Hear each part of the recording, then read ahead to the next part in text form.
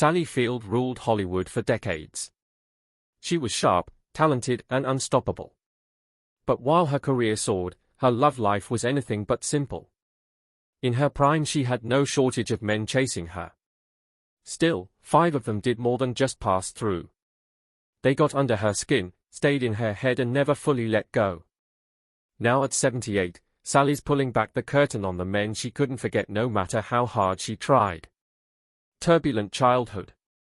Sally Field has lived much of her life in front of the camera, winning Oscars, headlining box office hits and earning a reputation as one of Hollywood's most beloved stars. But while the world saw a woman in full control of her craft, behind the scenes she was fighting private battles that left her deeply scarred, especially when it came to love. Despite her charm, talent, and warmth, Sally has admitted she often struggled to like herself. That quiet war within turned relationships into emotional minefields. The men came, some stayed, some didn't, but most left behind the same thing: heartbreak. She's sweet, generous, and deeply loved, a close friend once said. But her love life never found the footing her career did. That disconnect didn't come from nowhere. It traces back to her childhood and one man in particular, her stepfather Jock Mahoney. Tall, charismatic, and cruel behind closed doors, Mahoney wasn't just a controlling presence. He was emotionally abusive. And as Sally later revealed, sexually abusive too. He broke her sense of safety before she even understood what safety was. He was a terrorizing person, she once said. He loved to humiliate. Her mother married him when Sally was just 13. By the time she found fame as Gidget, she wasn't just chasing a dream. She was running. Running from a house that never felt like home. Running from the damage that would follow her into every serious relationship she had. She built an empire on screen. She raised 3 sons she adores. She found joy in being a grandmother. But when it came to love, the deep lasting kind, Sally Field kept coming up empty, and she knows why. Now at 78, she's no longer hiding the truth. There were 5 men in her life who mattered more than the rest. Men who stirred something in her. Men she couldn't forget no matter how much time passed. And now she's finally ready to talk about them. Sally Field and Stephen Craig. At 21, Sally Field married her high school sweetheart Stephen Craig. But it wasn't the fairy tale many might imagine. For Sally, Steve was more a lifeline than a true love. He was the only person her age she could turn to during difficult teenage years. And she was terrified that if she didn't marry him, he might disappear from her life. Their marriage brought 2 sons, Peter and Eli, but it was far from perfect. The union quietly unraveled by 1975, leaving Sally to navigate motherhood and stardom largely on her own. Their son Peter later described his upbringing as anything but ordinary. With a mother who defied conventional roles and a father who embraced a free-spirited life on a commune in Oregon, Peter's world was full of extremes. He eventually became a novelist, marrying a poet and chronicling the wild ride of growing up with such dramatic parents. After her marriage ended, Sally's love life took a turn toward the spotlight with Burt Reynolds. But before the famous romance with Burt Reynolds, there was almost another connection with Steven Spielberg. By the early 1970s, Sally had transformed from a fresh-faced TV star into a magnetic woman catching the eyes of many. A business manager once tried to play matchmaker, setting up a meeting at Universal with Spielberg, hoping sparks would fly. The date never happened, but the bond they formed would last decades. That bond eventually led them to collaborate professionally on Spielberg's 2012 film Lincoln, where Sally portrayed Mary Todd Lincoln. Spielberg admired her fiercely independent spirit. How she refused to be boxed in by Hollywood's expectations. Breaking through every barrier to claim memorable complex roles, their friendship stood the test of time, a rare constant amid the shifting tides of the industry. Sally's early marriage was her anchor in a stormy youth. Spielberg was the close brush with a different future, and soon enough her path would cross with a man whose impact would shape her story in ways no one could have predicted, Burt Reynolds. Sally Field's journey from a bubbly television teen star to one of Hollywood's most respected actresses is a remarkable transformation. Yet it's almost impossible to talk about Sally Field's life and career without mentioning Burt Reynolds. The two shared a complicated, intense relationship that lasted on and off for about 5 years. They appeared together in 4 films, including iconic hits like Smokey and the Bandit and Hooper. Their story is one of love, pain, rivalry, and growth. By the time Sally met Burt, his superstar status had morphed into a tool of control, a way for him to dominate those around him, including Sally herself. She later reflected that their relationship was a perfect match of flaws. She described how she blindly fell into a rut, a kind of pre-programmed pattern of behavior that felt as if it had been set in motion long before she even met him. In her own words, it was as if she had made a soul-binding commitment in some past she couldn't escape. Burt's larger-than-life personality was all bluster and bravado, contrasting with Sally's more introverted and sensitive nature.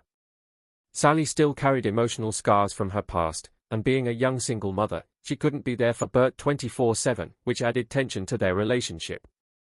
Professional jealousy further complicated things.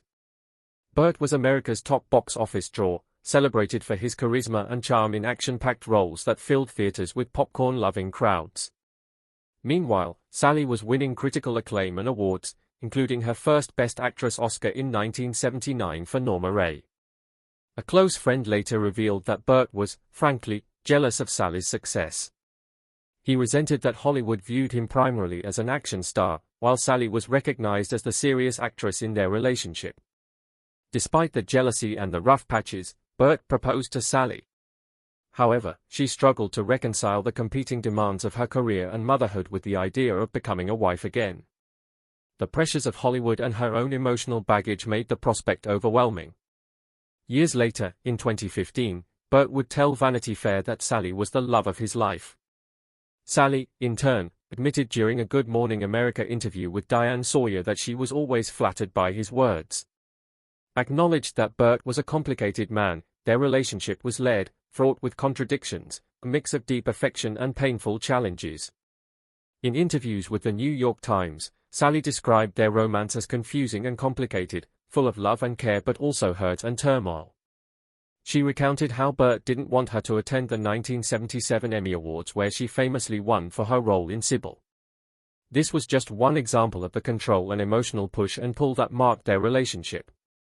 Sally also revealed how her stepfather's abuse in childhood deeply affected how she related to men, including Burt. She explained that she was trapped in an old pattern of behavior, predisposed to fall into the kind of relationship she had with him. She said she couldn't see the danger ahead or how to escape it. She described Burt as a preformed rut in her path, a painful cycle she was caught in despite herself. Still, after Burt's death, she spoke of being flooded with feelings and nostalgia. She said that certain moments in life leave marks so deep that they never fade. They stay alive for decades. Her years with Burt, she said, would remain a part of her history and heart for as long as she lived. Sally's statement after his death was tender and reflective, calling him buddy and wishing him peace in rest. Sally admitted she never wanted Burt to read the memoir because of the brutally honest passages about their relationship. She felt it would hurt him and she wanted to spare him that pain. She also anticipated that Burt might have defended himself or lashed out and she wanted to avoid any further hurt on either side. Looking back though, Sally views her time with Burt as a transformative chapter in her life. She has always thought of him with a degree of nostalgia. Though their relationship lasted only a few years, about 3 years continuously and maybe 2 more on and off, it shaped her existence and personal growth profoundly. She told NPR that despite its brevity, it was hugely important to her movement as a person. Burt himself expressed similar feelings in a 2016 interview with the Daily Mail. He called Sally the love of his life and described their split as his biggest disappointment. He said the sense of loss never truly goes away and lamented the distance between them despite still having occasional contact with her son. He expressed hope that Sally might one day reach out to him for a conversation but acknowledged that she had not. Their story remains a bittersweet tale of 2 complicated people whose love was real but deeply flawed. Sally Field and Burt Reynolds left an indelible mark on each other's lives, reminding us that love stories are rarely perfect but always human. Kevin Kline and Johnny Carson. In 1982, fresh off the set of Kiss Me Goodbye, Sally Field began dating Hollywood's rising star Kevin Kline. At the time, Clean was gaining attention for his role alongside Maya Street in Sophie's Choice, and the two actors seemed like a natural match. Both deeply involved in their craft and navigating the pressures of Hollywood, it appeared their connection might have potential. However, the romance between Field and Clean never truly blossomed. They only went on a few dates, and the relationship quietly fizzled out if it had ever been more than a brief spark at all. Interestingly, the pair reunited professionally nearly a decade later, starring as ex-lovers in the 1991 romantic comedy soap Dish, a playful nod to their brief history. Though little is publicly known about the private details of Field and Cline's relationship, an October 1984 interview with People magazine revealed that Sally's perspective on love and relationships had shifted dramatically by that point. She candidly shared that she no longer wanted to play any role, on or off screen, that wasn't chosen by her. Field expressed a newfound assertiveness in setting boundaries with men, explaining that she no longer felt the need to obey anyone's rules but her own. She reflected on how it had taken her a long time to reach a place where she could tell a man, "I'd laugh at that joke but it's not funny." Whether she was referencing Cline specifically or the lingering effects of her complicated relationship with Burt Reynolds, it was clear that Sally Field was no longer willing to put herself second or tolerate behavior that didn't respect her. Sally's romantic history has included several high-profile relationships, but she has often admitted that she wasn't very skilled at letting men down gently. For example, during the 1980s, she briefly dated talk show legend Johnny Carson. When the relationship didn't ignite, Field found herself struggling to end it gracefully. On a 2019 episode of Watch What Happens Live with Andy Cohen, she confessed that she wasn't good at saying no and resorted to extreme measures to extricate herself. She told Carson she was having a breakdown and was being sent away, admitting she simply couldn't figure out how to say, "I'm really just not into this." Following the end of her relationship with Carson, Sally's career took a meaningful turn. She played Edna Spaulding, a grieving widow, in the film Places in the Heart. That role became a turning point for her personally and professionally. Field told People that playing Edna transformed how she saw herself. For years, she had convinced herself that she didn't need or want anyone repeating it, almost like a mantra. But through embodying Edna, she realized something profound. People are meant to need one another. She admitted that for most of her life she had denied that truth. But the experience opened her heart and changed her outlook on love and connection. Men Sally Field was rumored to have dated. One of Field's earliest Hollywood romances was with actor Lee Major, then a rising star known for his role in The Big Valley. According to a 1972 issue of TV Picture Life magazine, Field and Majors were involved romantically sometime between his high-profile relationships with Linda Evans and Marianne Moe. Their relationship wasn't heavily publicized at the time, but Major would later seemingly reference it in his 1981 novelty song, Unknown Stunt Man, which doubled as the theme for The Fall Guy. In the song, Majors crooned about his escapades with leading ladies, cheekily noting he had been on fire with Sally Field. Given that he would marry Farrah Fawcett just 2 years later, the song's lyrics only added fuel to the fire of speculation. But it wasn't just leading men who fell for Field's charm. On the set of Gidget, her breakout show in 1965, she formed a connection with Pete Jewell, who played her brother-in-law. When the series ended in 1966, the two began seeing each other. Field later downplayed the seriousness of the relationship during a 1967 interview with Movieland and TV Time, saying that despite media insistence to the contrary, they were just having fun and didn't feel the need to define it. She was quoted as saying that in Hollywood, if you went out with someone more than 5 times, people assumed you were married.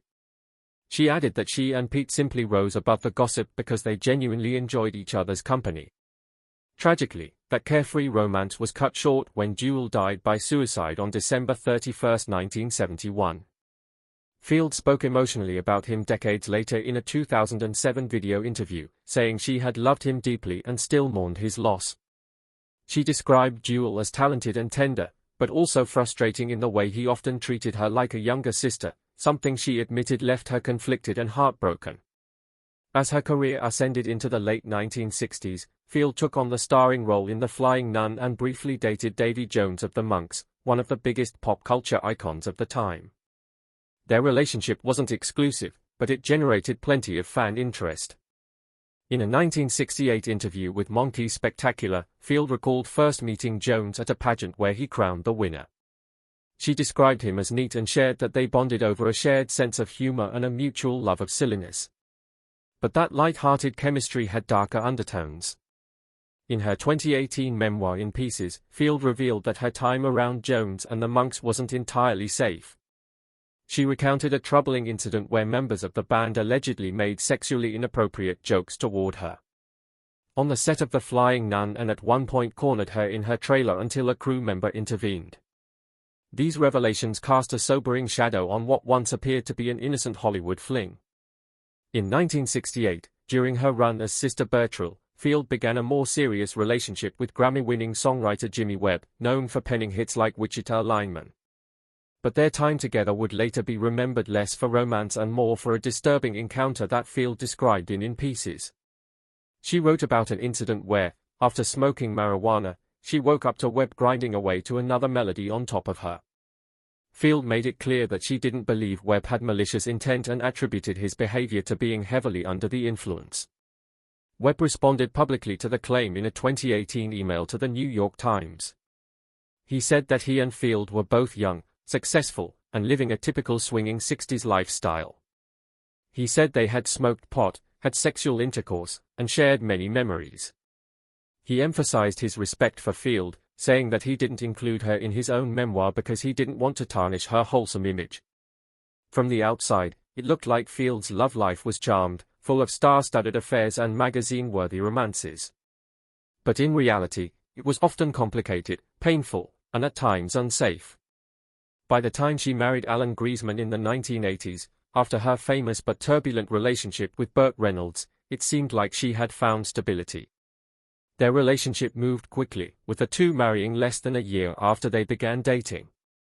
They welcomed their son Sam in 1987, and Field seemed to settle into a life of family and film. But in a 1996 People magazine interview, Field revealed that cracks had long been forming. She said Griezmann enjoyed going out and socializing, whereas she suffered from anxiety in such settings.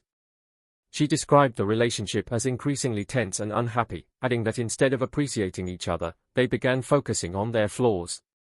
She ultimately told Griezmann that their environment wasn't healthy, especially for their son. The couple divorced in 1994, but they remained committed to co-parenting. Field's friend Kate Capshaw remarked at the time that they had such a nice divorce and were great at working together for Sam's sake. After the divorce, Field briefly dated Jerry Knight, a gaffer and lighting technician. The two appeared together at the Waterworld premiere in 1995 and even held hands at the 47th Emmy Awards.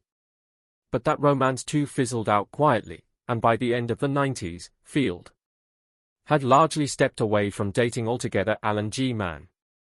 By the time Sally Field met film producer Alan Griezmann, she had already weathered her fair share of romantic turbulence.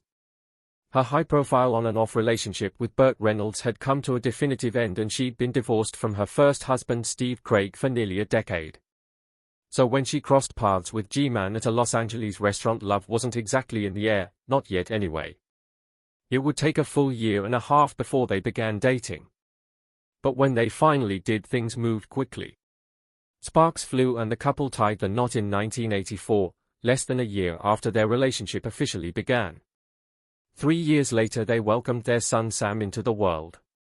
He would become the center of Field's universe, growing up remarkably close to his mother, often seen by her side both on and off the red carpet. But behind the scenes all was not well. In a candid 1996 interview with People magazine, Field opened up about the unraveling of her second marriage. He wanted to go out to be with people or go to parties. I couldn't take it, she admitted. I'd have an anxiety attack. The joy had gone out of Mudville.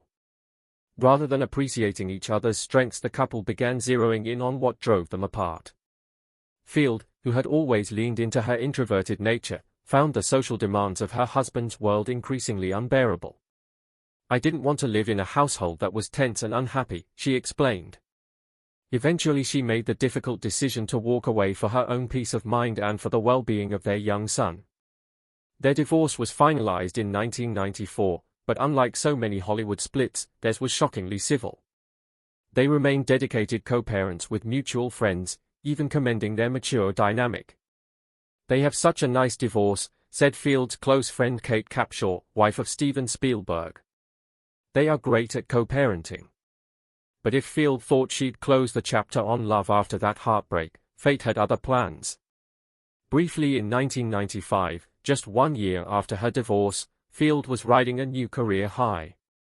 She'd recently given an award-winning performance as Forrest Gump's determined mother and was starring in the critically acclaimed miniseries A Woman of Independent Means. At the premiere of Waterworld, Field surprised the press by arriving arm in arm with a new man, Jerry Knight, a ruggedly charming gaffer and lighting technician who worked behind the scenes in film and television. Field and Knight seemed happy if low-key. They posed on red carpets, held hands at the 47th Emmy Awards, and gave off the quiet, glowing chemistry of a couple who had found comfort in each other. But the romance, while sweet, didn't last. Their breakup came as quietly as their relationship had begun. No tabloid scandal, no dramatic headlines, just a fade into the background and then silence. Since her split from Knight, Field hasn't been romantically linked with anyone, at least not publicly. No mystery man sightings, no dinner date snapshots, no whirlwind engagements. Instead, she poured her energy into what she loves most, raising her youngest son, championing social causes, and delivering strong performances across film and television. She seemed to trade the noise of romance for the steadiness of solitude and never looked back. In a December 2021 conversation with Karen Grigsby Bates for Live Talks LA, Field reflected on her history with love. She said she had begun analyzing the ways she had been taught to perceive love and admitted that for much of her life she didn't feel seen or loved unless she was also afraid, revelation she delivered with a laugh. When asked if that pattern still existed in her life, Field replied that she no longer even tried to date. She said she was genuinely happy as she was and jokingly added that she didn't want to pick up anyone's underwear in the morning anymore. Still, Sally Field isn't completely off the dating radar. In 2023, after co-starring with Tom Brady in the sports comedy 80 for Brady, the retired NFL star made a cheeky comment on his podcast about their on-screen chemistry. He said they had kind of an on-camera little, thing going and joked that they enjoyed working together so much that, we'll see where it goes. Whether or not a romance with Brady is ever more than playful speculation, it's clear that Field has finally found what she was searching for all along, not in a man, but in herself. After decades of fame, heartbreak, and hard-earned wisdom, she's chosen a quieter kind of love, the kind that starts from within. Whether gracing the stage at award shows or sharing heartfelt reflections in interviews, she exudes the quiet power of a woman who's truly found herself on her own terms. But that kind of peace wasn't easily earned. Behind her hard-won serenity lies a lifetime marked by sorrow, silence, and survival. For all her public triumphs, Sally Field's private world has been shadowed by deeply personal tragedies, experiences that shaped her long before the world knew her name. And in 2024, she peeled back one of the most painful layers of her past to share a story she had kept hidden for decades, the many tragedies of Sally Field's life. As if navigating heartbreak wasn't enough, Sally Field also carried the weight of a traumatic secret, one she kept buried for decades. In 2024, the Oscar-winning actress stripped away the layers of silence and shame when she courageously opened up about a deeply personal and painful chapter in her life, an illegal abortion she underwent as a teenager. Though she first disclosed the experience in her 2018 memoir In Pieces, Field, now 77, took to Instagram on Sunday, October 6, to revisit the ordeal in raw detail. She admitted that sharing the story again was difficult, explaining that she still felt a deep sense of shame shaped by being raised in the conservative culture of the 1950s. Field recalled being just 17 years old in the 1960s when she discovered she was pregnant, years before the 1973 Roe v. Wade ruling that legalized abortion nationwide. At that time, she said, the options for young women were painfully limited. She explained that after high school, no one had talked to her about the future, not about college, not about career plans. I didn't know what I was going to be, she recounted. And then I found out I was pregnant. With little support and no clear path forward, she felt trapped and terrified. Fortunately, a family friend, her doctor, stepped in to help. According to Field, this man, alongside his wife and her mother, drove her from California to Tijuana, Mexico, where she could undergo the procedure illegally. She painted a vivid picture of that journey, riding in the doctor's brand new Cadillac, pulling up to a rough and unfamiliar part of town, and stopping. Let me know if you'd like this text style for a YouTube video script, voiceover, article, or any other format. Sure. Here's your text converted into clear paragraph form without skipping or adding any words. Several blocks away from a nondescript building, she remembered being handed an envelope full of cash and instructed to walk in alone, hand it over, and come back as quickly as possible. The experience, she said, was beyond hideous and life-altering. Field revealed that no anesthetic was used, only a few inconsistent puffs of ether that left her limbs numb but her pain fully intact. She remembered every moment of the procedure and the searing agony that came with it. But the physical pain wasn't the worst part. Field shared that the technician who performed the abortion tried to take advantage of her during the procedure. She described the horrifying moment of realizing she was being molested and the terrifying effort it took to muster the strength to push him away while her body was immobilized. It was, she said, an absolute pit of shame. Afterward, she was rushed out of the building with alarming urgency, as if, in her words, the building was on fire.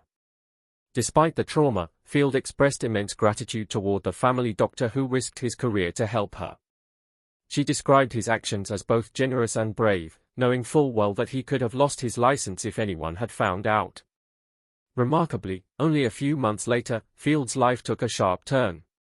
Despite having no agent and no clear direction, she began auditioning and landed the iconic role of Gidget, marking the start of a storied acting career.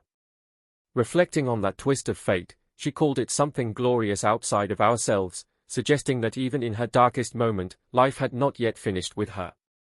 Which name on the list shocked you the most? Share your thoughts with us in the comments below. Don't forget to like, share, and subscribe. Click on the next video that pops up.